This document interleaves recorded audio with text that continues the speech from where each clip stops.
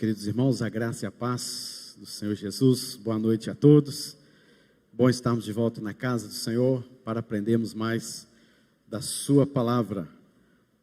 Que Deus abençoe cada um dos nossos visitantes também, que Deus continue fortalecendo sempre a vida de vocês. Vamos meditar na palavra, mas antes disso quero fazer mais uma oração ao Senhor nosso Deus. Deus, obrigado pelo dia que o Senhor nos concedeu, obrigado por esta noite que aqui podemos passar juntos. Pedimos, Senhor, que as tuas misericórdias, que se renovam a cada dia, estejam, Deus, sobre nossas vidas, para que possamos ouvir a mensagem que o teu Espírito Santo deseja que nós aprendamos. Por isso, Senhor, fale através de mim, fortaleça a minha vida, e para que saiamos daqui, Deus, realmente edificados pela tua palavra, em nome de Jesus. Amém, Senhor. Meus irmãos, vamos abrir então em 1 Coríntios capítulo 2, nós estamos meditando em alguns textos de 1 Coríntios, capítulo de número 2. Eu farei leitura dos versículos 6 a 12, 1 Coríntios capítulo de número 2, versículos 6 a 12, diz assim a palavra do Senhor: entretanto, expomos sabedoria entre os experimentados, não porém a sabedoria deste século, nem a dos poderosos desta época, que se reduzem a nada. Mas falamos a sabedoria de Deus em mistério, outrora oculta, a qual Deus pré-ordenou desde a eternidade para a nossa glória. Sabedoria essa que nenhum dos poderosos deste século conheceu, porque se tivesse conhecido, jamais teriam crucificado o Senhor da glória. Mas como está escrito, nem olhos viram, nem ouvidos ouviram, nem jamais penetrou em coração humano o que Deus tem preparado para aqueles que o amam. Mas Deus no-lo revelou pelo Espírito, porque o Espírito a todas as coisas perscruta, até mesmo as profundezas de Deus. Porque qual dos homens sabe as coisas do homem, senão seu próprio Espírito que nele está? Assim também as coisas de Deus ninguém as conhece, senão o Espírito de Deus. Ora, nós não temos recebido o Espírito do mundo, e sim o Espírito que vem de Deus, para que conheçamos o que por Deus nos foi dado gratuitamente. Até aí. Meus irmãos, nós estamos aqui diante de mais um argumento do apóstolo Paulo para enfrentar as divisões que se iniciaram na igreja de Corinto em torno de pelo menos 4 pessoas, que eram Apolo, Cefas, o próprio Paulo e Cristo. As pessoas da igreja de Corinto se dividiram nesses grupos, e esses grupos eram grupos de inimizades dentro da igreja, porque cada um dizia, eu sou de Paulo, eu sou de Apolo, eu sou de Cefas, e tinha até mesmo o próprio grupo de Cristo dentro daquela igreja. O primeiro argumento que Paulo usou, nós já vimos em algumas semanas atrás, foi dizer para aqueles irmãos, no capítulo de número 1, que a sabedoria de Deus é mais sábia do que a sabedoria humana, que considerava a mensagem da cruz como uma loucura. Então ele expõe desta maneira, que a sabedoria de Deus é mais sábia do que a sabedoria humana. O segundo argumento que Paulo usou, o qual nós já vimos também, é Paulo chegando para os membros da igreja e falando assim, olha a membresia, olha quem participa da igreja com vocês. Vocês vão notar que não há nenhum entendido, ou poderoso, ou de nobre nascimento, ou sábio, grandes políticos, grandes influenciadores no meio de vocês. Deus chamou pessoas simples para participar da igreja de vocês, da igreja de Corinto, gente comum, gente simples, e vocês estão dando uma glória a homens que não conhecem verdadeiramente o Evangelho e ainda consideram a mensagem da cruz uma loucura. Vocês não devem dar glórias a ele, vocês não devem caminhar pelo caminho deles, mas vocês devem olhar para dentro de vocês mesmos, para dentro da igreja, e perceber que quem guia a igreja e quem é o dono da igreja é o próprio Senhor Jesus Cristo. Ainda que a sabedoria de Deus seja uma loucura aos olhos daqueles que estão de fora. O terceiro argumento de Paulo está nos capítulos de número 2, versículos de 1 a 5, onde Paulo nos lembra sobre o tipo de pregação que ele teve ao encontrar-se ali com os coríntios e também em qualquer lugar por onde ele passar, por onde ele estiver. Ele fala que ele pregava não com sabedoria de palavras, não com sabedoria segundo aqueles homens, os filósofos que iam nas praças em Corinto, que era o centro da pregação filosófica, como um investimento da própria Grécia.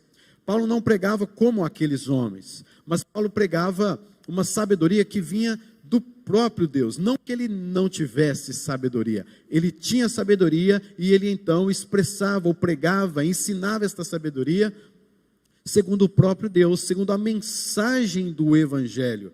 E é claro, nós sabemos que se o apóstolo Paulo se abrisse para esse lado filosófico, poético e todo cheio das investidas da Grécia, ele também se sairia muito bem, seria um grande filósofo, mas ele resolveu nada saber, para que somente a cruz, a mensagem do Evangelho, fosse ali, de fato, identificada. E hoje nós vamos ver então este quarto argumento do apóstolo Paulo, em detrimento a essa divisão da igreja, em detrimento a esta falta de espiritualidade na igreja, que é o nosso tema de hoje. Vamos falar então sobre a verdadeira sabedoria, que é dada somente pelo Espírito Santo a nós. A verdadeira sabedoria é dada a nós, meus irmãos, por obra do Espírito Santo. E quando eu falo verdadeira sabedoria, é óbvio que existe uma falsa sabedoria, ou uma sabedoria que puxa para o lado da vaidade, do orgulho, mas que um dia esta sabedoria irá se acabar. Ela vai se definhando, ainda que ela tenha o seu grande auge no meio da raça humana, mas um dia ela vai se definhar, ela vai se acabar, porque o próprio Deus há de destruir todas as coisas e fazer desta ciência uma loucura na cabeça dos homens. Paulo então, meus irmãos, não quer ensinar de jeito nenhum a sabedoria deste mundo, mas ele tem sim uma sabedoria a ensinar para aquele povo.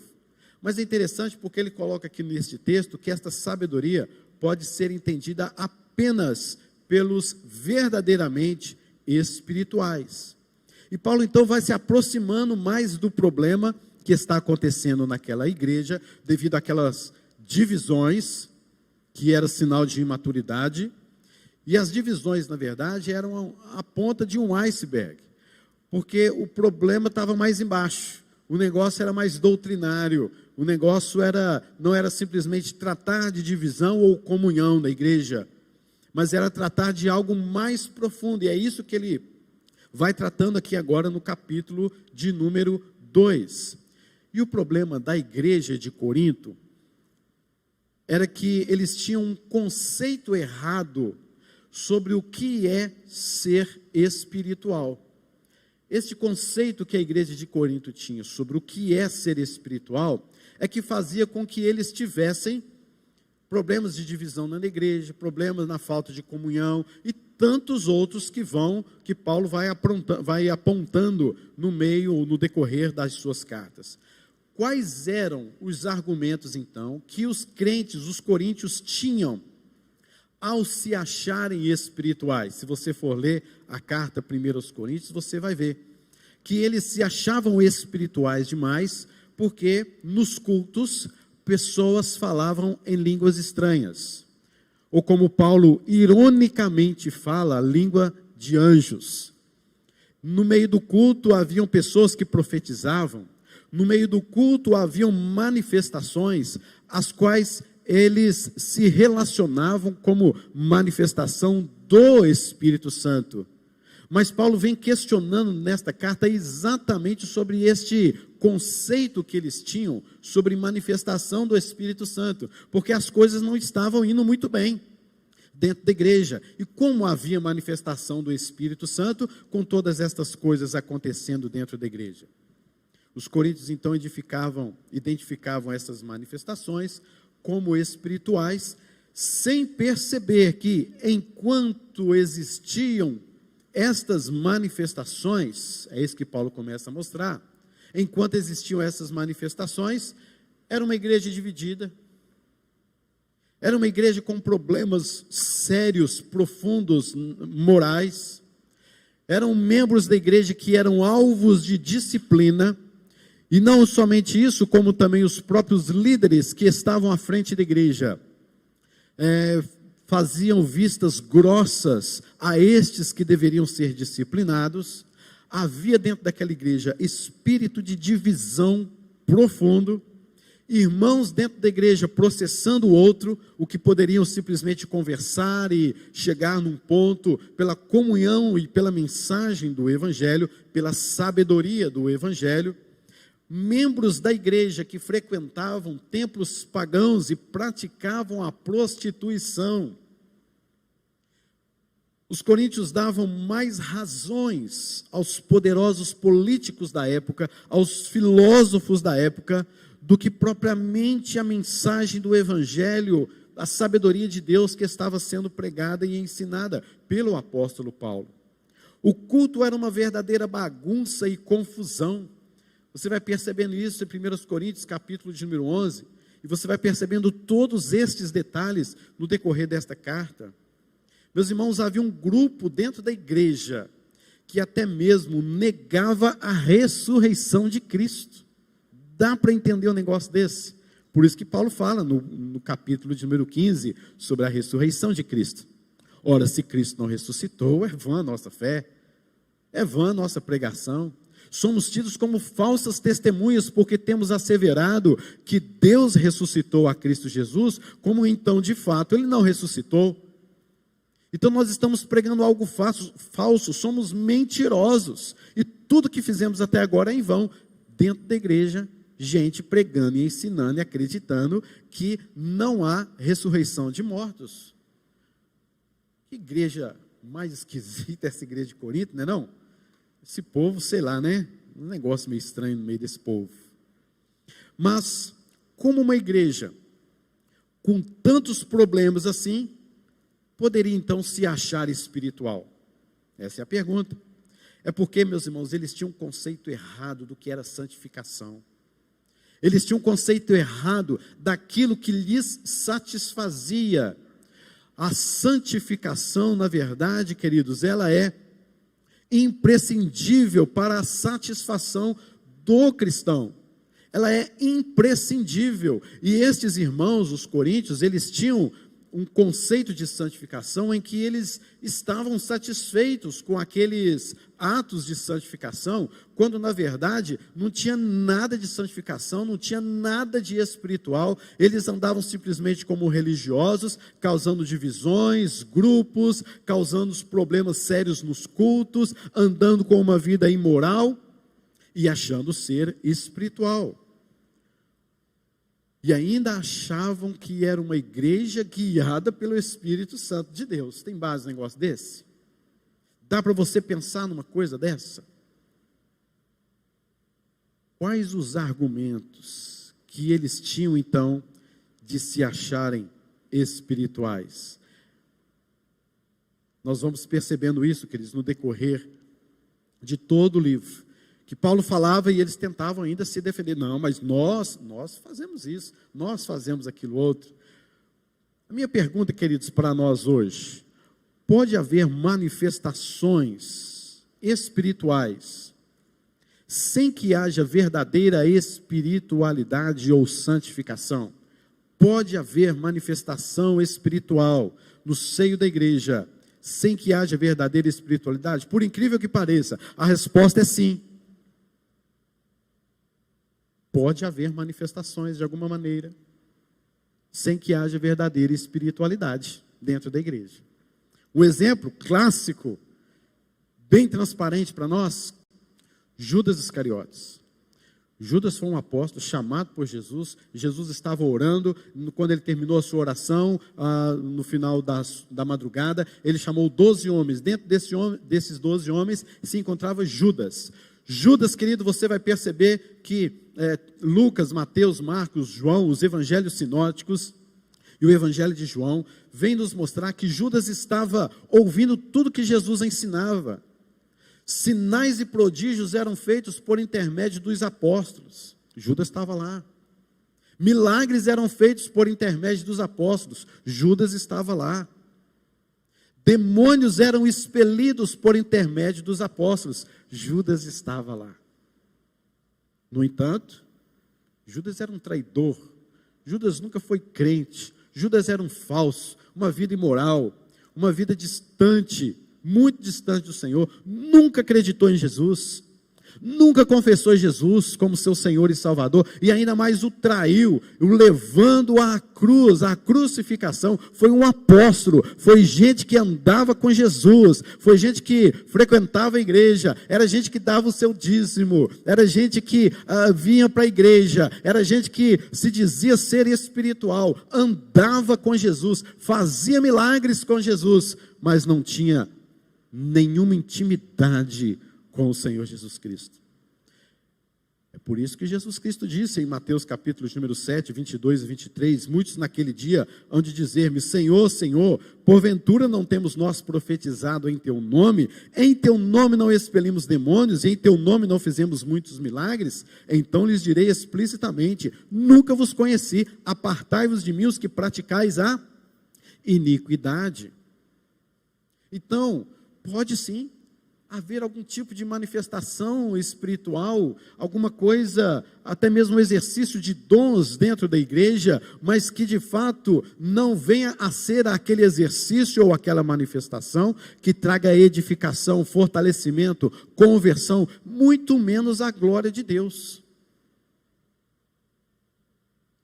Manifestações carismáticas, queridos, não são provas de verdadeira espiritualidade. É claro que nós não podemos afirmar, e nem estou afirmando, que as manifestações espirituais devem ser rejeitadas por causa das experiências que os coríntios passaram. É claro que Deus manifesta sim, através de pessoas sérias, comprometidas, pessoas cristãs, pessoas que têm compromisso com Ele, pessoas que o confessam como Senhor e Salvador de suas vidas.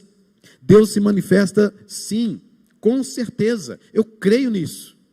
A dificuldade aqui, queridos, é quando as pessoas identificam estas manifestações como sinal da plenitude de Cristo, ou sinais de espiritualidade, ao ponto até mesmo de dizer que se você não tem o Espírito Santo, ou se não há esses tipos de manifestações em você, é porque você não tem o Espírito Santo, é porque você não foi batizado com o Espírito Santo, é porque você não é cheio do Espírito Santo.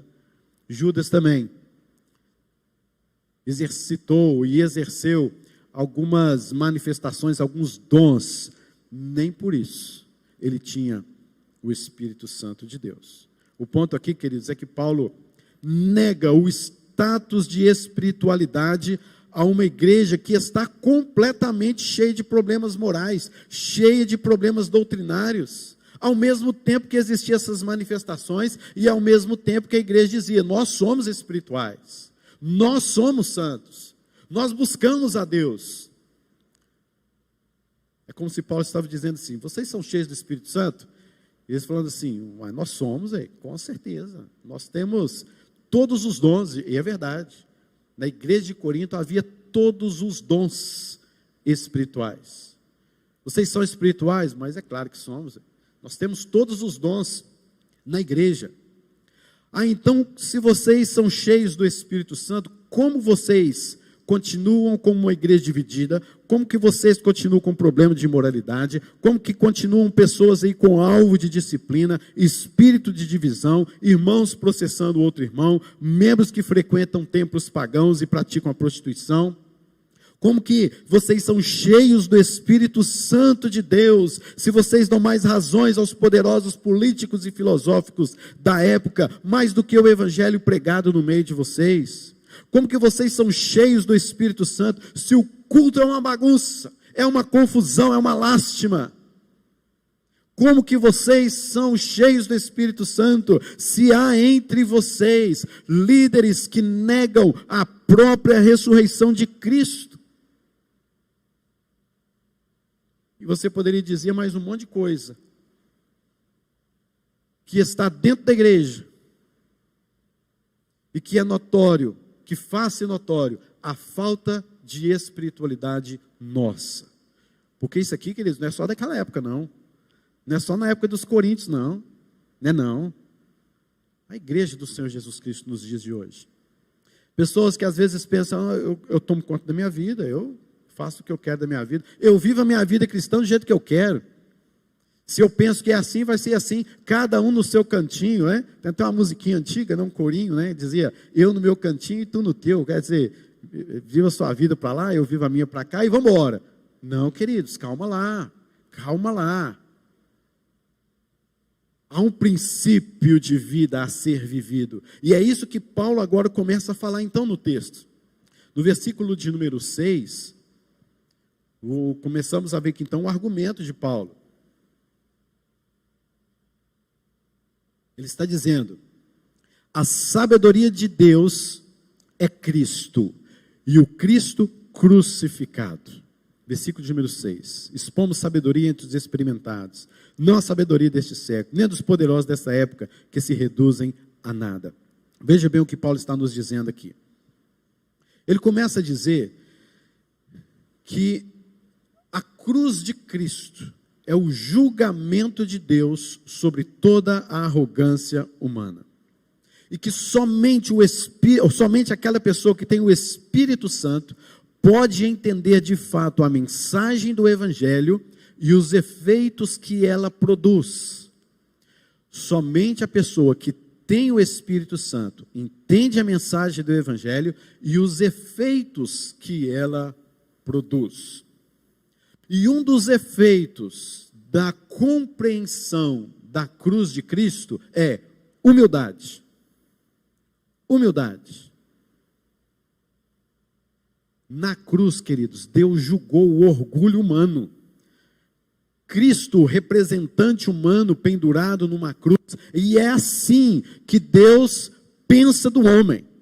Eu vejo muitas pregações hoje, muitos coaches por aí afora, dizendo, você é o ponto central, né? É o ponto fraco de Deus. Deus ama você do jeito que você é, e por aí se vai, né? Vai embora nessas coisaiadas. Você sabe como que Deus nos vê, queridos?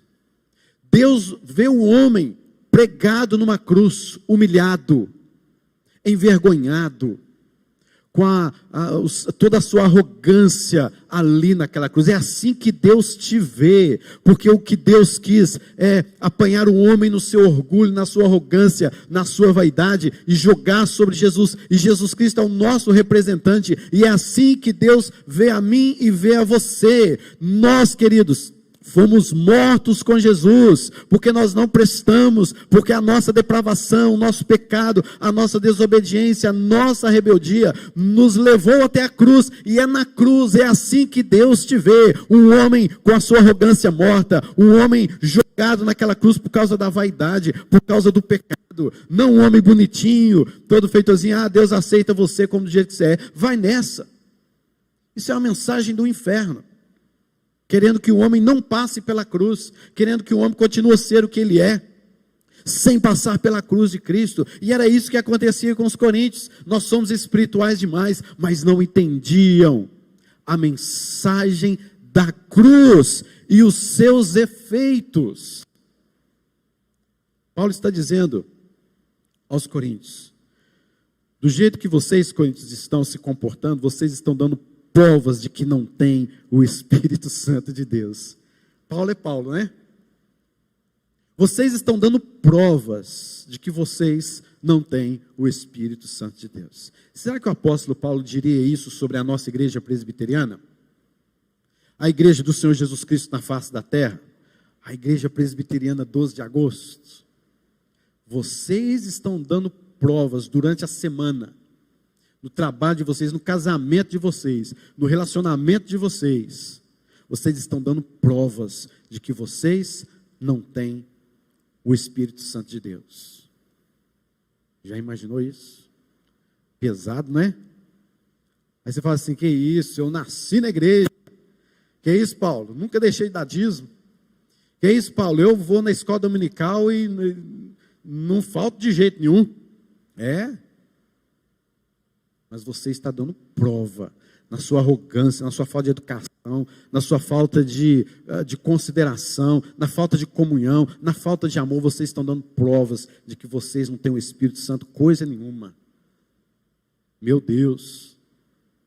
E é isso, queridos. E Paulo continua falando nestes versículos, dizendo que ele expõe sabedoria entre os experimentados. A palavra aqui é entre os perfeitos. Mas Paulo não está dizendo perfeitos aqui no sentido ético, no sentido de homem perfeito em toda a sua vida moral e etc. Paulo está dizendo no sentido de pessoas maduras, pessoas que experimentaram a mensagem da cruz e os seus efeitos. Então ele está dizendo, expomos sabedoria entre aqueles que conhecem verdadeiramente a mensagem da cruz e já têm intimidade com o Senhor. Eles sabem do que eu estou ensinando a vocês. Porque dentro da igreja de Corinto, de fato, existiam homens fiéis, mulheres fiéis. Graças a Deus, né? Pelo menos. Então Paulo está dizendo que ele está transmitindo sabedoria para aqueles que são maduros, em oposição àqueles que eram como crianças em Cristo, porque os coríntios estavam ou não estavam entendendo a mensagem da cruz, pois se entendessem a cruz, eles não ficariam exaltando gente como Apolo, como Cefas, como o próprio apóstolo Paulo, como o próprio Cristo, honrando sem sabedorias os pregadores que já passaram por eles. Paulo está dizendo, a igreja de Cristo, parem de ficar elogiando, honrando, sem sabedoria, esses pregadores que passaram por vocês, criando grupinhos. Porque eu sou fulano, eu sou de ciclano, mas eu... Gente, vocês estão dando prova de que vocês não são espirituais. E ele explica também que essa sabedoria não é a sabedoria deste mundo, nem dos poderosos que estão sendo reduzidos a nada. No versículo 7, Paulo fala, mas falamos sabedoria de Deus em mistério, outrora oculta, a qual Deus preordenou desde a eternidade para a nossa glória. Paulo nos dá aqui 6 características desta sabedoria. Se você ler o texto, você vai perceber aí 6 características. Primeiro, a sabedoria é de Deus. Segundo, a sabedoria é em mistério. Terceiro, a sabedoria outrora oculta. É uma sabedoria pré-ordenada por Deus desde antes da eternidade, desde a eternidade. É uma sabedoria para a nossa glória e é uma sabedoria que nenhum poderoso nesta terra conheceu. É o que Paulo fala nesse versículo número 7. 6 características da sabedoria de Deus. Transmitimos o mistério da sabedoria de Deus, uma sabedoria que estava oculta. Ela estava no Antigo Testamento. Mas os judeus não viram. Os escribas, os fariseus, os líderes, os sacerdotes não viram esta sabedoria. Não entenderam. E muito menos os filósofos daquela época não entenderam a necessidade da cruz. E esse era o foco. Por que para ser espiritual, para ser salvo, tem que passar pela cruz? Esta é a sabedoria de Deus. Que ciência nenhuma havia descoberto. Que tecnologia nenhuma havia dito. Que para você ser salvo, que para você ser de Deus, você tem que passar pela cruz. Você tem que negar a si mesmo. Que outra área da vida se discutiu um assunto como esse? Se pensou algo nesse sentido? Ela estava oculta no Velho Testamento e ainda não havia se manifestado. No Velho Testamento, queridos, Cristo estava em figura, em símbolos que sim, eram suficientes para os judeus entenderem a salvação e a justificação pela fé. Só que esta sabedoria ainda era mais antiga do que o próprio Antigo Testamento. E Deus havia estabelecido isso antes da fundação do mundo. O Cordeiro que foi morto antes da fundação do mundo, diz a palavra do Senhor. E o versículo número 8 vem nos falando, sabedoria essa que nenhum dos poderosos deste século conheceu. A palavra conhecer, que é conhecer em intimidade. Os filósofos e poderosos daquela época conheciam certa sabedoria, mas a sabedoria de Deus, Ele só dá para aqueles que têm intimidade com Ele. Conhecer o que quer dizer na mais profunda intimidade, é conhecer todos os mistérios de Deus por meio do Espírito Santo. Poderoso nenhum, filósofo nenhum, influenciador nenhum daquela época conheceu. E com toda aquela capacidade de entendimento que eles tinham, mesmo assim, os coríntios estavam dando brechas para estes homens, estavam trazendo aqueles pensamentos para dentro da igreja e dizendo: Apolo prega como aquele, então eu sou de Apolo. Paulo prega como aquele outro, então eu sou de Paulo. Parem de pensar que eles têm sabedoria, parem de pensar que eles têm influência sobre a mensagem da cruz, porque por mais alta e desenvolvida que seja a ciência, a tecnologia, a sabedoria destes homens, ela jamais modificará a mensagem da cruz, ela jamais estará batendo a favor ou em favor da sabedoria de Deus, que é a morte de Jesus, que é a sua ressurreição. E os crentes davam mais atenção a estes homens poderosos.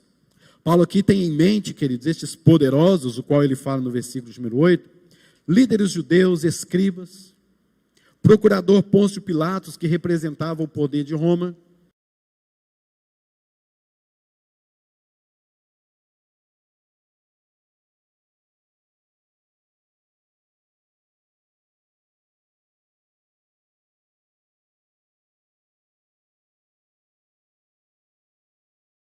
do Senhor Jesus, mas de jeito nenhum, não tinham feito isso nunca. Perceba comigo, queridos, que Pilatos interrogou e não percebeu que ele estava diante do Deus, o Senhor da glória. Perceba, queridos, que os líderes judaicos julgaram o Senhor Jesus Cristo, mas o levaram para o sinédrio. Perceba que o sumo sacerdote inquiriu Jesus, o Rei da glória, e ninguém percebeu absolutamente nada, que ele era o Senhor da glória. Pilatos enviou Jesus para Herodes, porque Herodes estava curioso, porque ouviu falar que Jesus Cristo fazia muitos milagres. Nenhum deles reconheceu que estava diante do Senhor da glória, senão eles não teriam crucificado o Senhor Jesus Cristo. Falta de sabedoria. Era um poderoso, eram homens de grandes poderes, mas não perceberam que estavam de frente ao Senhor da glória. O crucificaram porque quiseram. E o versículo número 9, Paulo fala: mas como está escrito, nem olhos viram, nem ouvidos ouviram, nem jamais penetrou em coração humano o que Deus tem preparado para aqueles que o amam. Meus irmãos, Paulo está citando aqui Isaías 64, versículo 4. Isaías 64, versículo número 4. Isaías se refere ao fato de que, há 600 anos atrás, 600 anos antes de Cristo, Isaías estava falando sobre o fato de que olhos nenhum ainda viram, ouvidos nenhum ainda ouviu, nem jamais penetrou em coração humano, o que Deus tem preparado para aqueles que o amam. Isso há 600 anos antes de Cristo. Isaías estava se referindo à pessoa e à obra, ao ministério do Senhor Jesus Cristo, a sabedoria de Deus encarnada. E agora esta sabedoria chegou, e Paulo está dizendo, ela já veio. Isaías está aqui, prova, esta sabedoria veio. Aquilo que os olhos não viram, nem os ouvidos ouviram, nem jamais penetrou em coração humano que Deus havia preparado, nós já temos a revelação disso, nós já podemos ver, nós já podemos ouvir, e Deus já penetrou em nosso coração aquilo que Ele havia preparado, que é Cristo Jesus. Porque eu vejo muitas pessoas usando este versículo como céu, né? O que é o céu para você? Nem olhos viram, nem ouvidos ouviram, que Deus... Não, o versículo não está falando do céu. Este versículo não está falando do céu, né? Porque tem muita gente que usa esse versículo para isso, né? a maravilha do céu, porque lá no céu, olha, nem olhos viram, nem ouvidos ouviram, nem jamais penetrou em coração humano o que Deus tem preparado para aqueles que o amam. Paulo não está falando do céu, Isaías não está falando do céu. O que está se referindo aqui é a obra e a pessoa do Senhor Jesus Cristo. Paulo referindo a alguma coisa que o profeta Isaías havia dito, e iria se cumprir em Jesus, e agora Paulo está falando, profeta Isaías, aquilo que você falou se cumpriu em nosso meio, é Cristo Jesus. Olhos nenhum haviam visto, a sabedoria estava oculta, ainda que nos símbolos, nem ouvidos ainda haviam ouvido as palavras de Jesus, o ensino do Evangelho. E hoje tudo aquilo que havia Deus preparado na eternidade, isso agora se manifestou ao seu povo. Olha que coisa linda, meus irmãos. Isso é fantástico. A sabedoria de Deus se manifesta no meio do seu povo. Nos versículos números 10 e 11, mas Deus não o revelou pelo Espírito. Em continuidade ao versículo de número 9, em que olhos não viram, nem ouvidos ouviram, mas Deus revelou. Deus mostrou. Os nossos olhos viram. Os nossos ouvidos ouviram. Porque o Espírito nos revelou. Porque o Espírito a todas as coisas perscruta, até mesmo as profundezas de Deus. Porque qual dos homens sabe as coisas do homem, senão o seu próprio Espírito que nele está? Assim também as coisas de Deus, ninguém as conhece, senão o Espírito de Deus. De que maneira então esta sabedoria pode ser conhecida? Como podemos obtê-la? Se você reparar, até agora Paulo desconstruiu o pensamento daquela igreja, de uma sabedoria, entre aspas, lógica, ao homem que poderia chegar nas verdades últimas do universo, simplesmente com as suas obras, com o seu pensamento, com a sua ciência, com o seu poder, com a sua posição dentro da sociedade, e ser aceito por Deus. Paulo desconstrói isso nos versículos de número 6 a 9.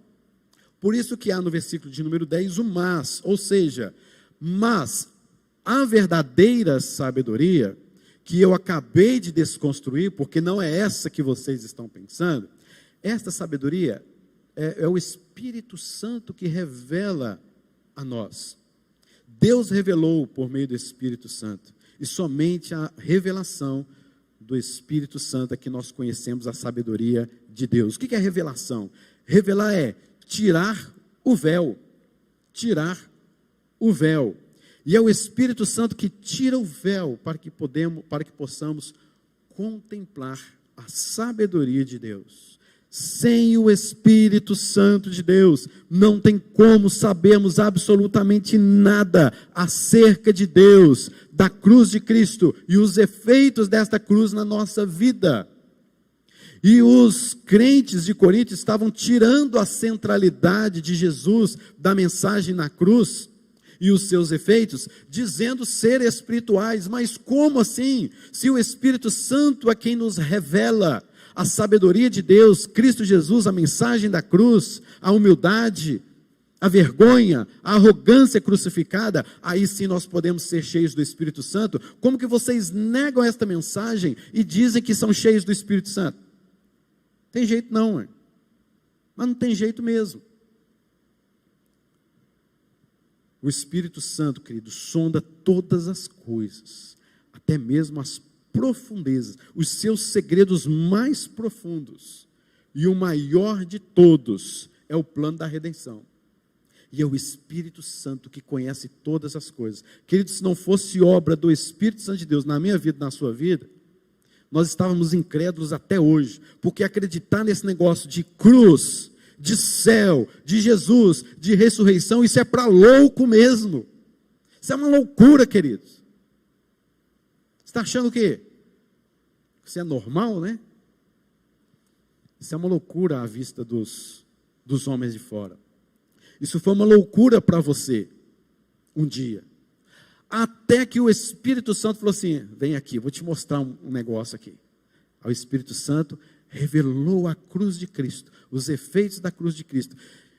E você amou a Deus. Quando você olha, Deus já havia te amado primeiro.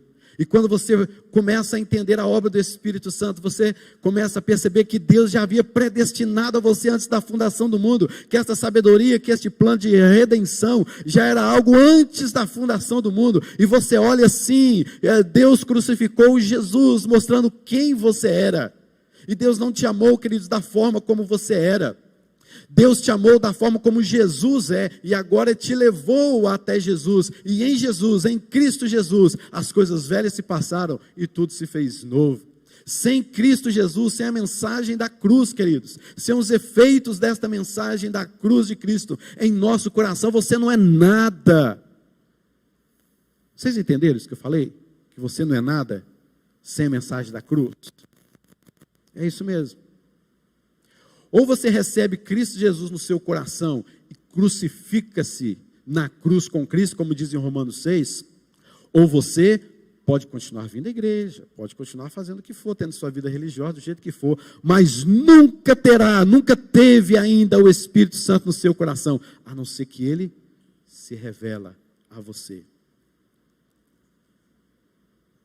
No versículo de número 12, então, partimos para o encerramento, né?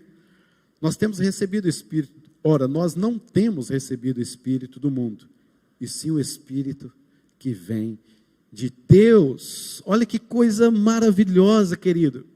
É por isso que o salmista, no Salmo 119, ele fala assim: eu sou mais sábio do que os meus mestres, porque eu conheço as tuas palavras.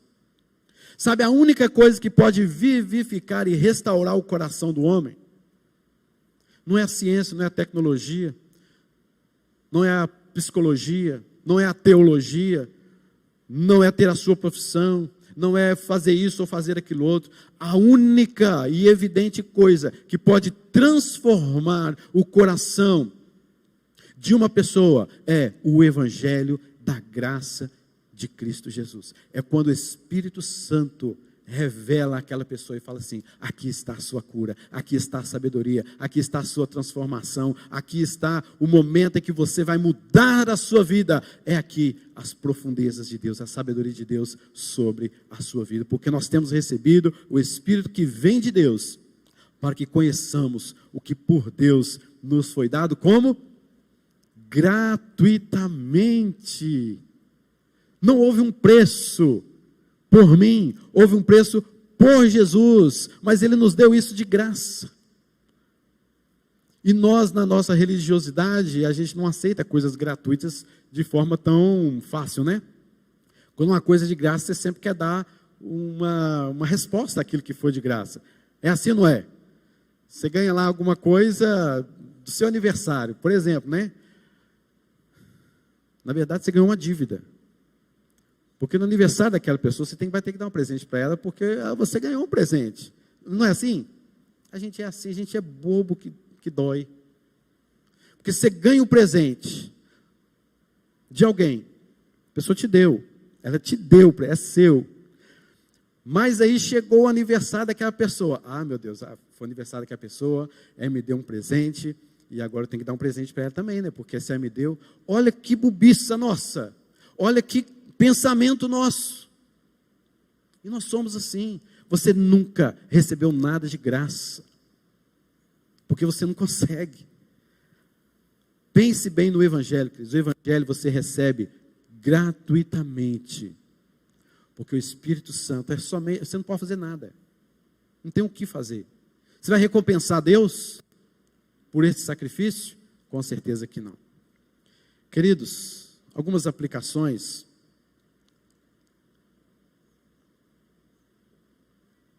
deste texto para nós. Em primeiro lugar, desconstrua tudo que você acha que te leva a uma vida profunda com o Espírito Santo de Deus. Desconstrua tudo que você acha que te leva a uma vida profunda com o Espírito Santo de Deus. Se não for por meio da sabedoria de Deus descrito na sua palavra, mostrando a você o caminho em que deve andar, em retidão, em obediência, em santificação, então é algo que não está de fato fortalecendo a sua vida, não passa de uma religiosidade. Então desconstrua isso, como Paulo desconstruiu a mente daqueles coríntios, e construa uma nova vida com o Senhor, e construa uma nova vida de retidão, de santidade na sua palavra. Segunda coisa, querido, cuidado por causa do dom que você possui e exerce na igreja, você achar que está cheio do Espírito Santo de Deus. Cuidado com isso. Eu tenho o dom de pregar, eu tenho o dom de ser pastor, eu tenho o dom de ministério de louvor, eu tenho o dom de tocar, eu tenho o dom de ser professor, de presbítero, de diácono. Eu sou um homem, então, cheio do Espírito Santo de Deus, porque eu exerço vários dons na minha vida e não sei o quê. Cuidado com isso.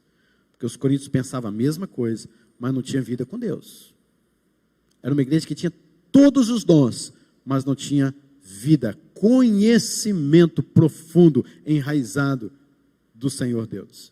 Terceiro lugar, e último, há uma grande importância de você andar em sintonia com o Espírito Santo de Deus. É Ele que vai te mostrar. Eu não estou falando de novas revelações, eu estou falando da revelação do Espírito Santo, de acordo com a sua palavra, na sabedoria de Deus. Ele perscruta a sabedoria de Deus, Ele conhece em profundidade Deus, e é Ele quem vai te revelar, é Ele quem vai te mostrar por meio da sua palavra. Cultive uma vida no Espírito Santo, busque mais o Espírito Santo, gaste tempo com Deus.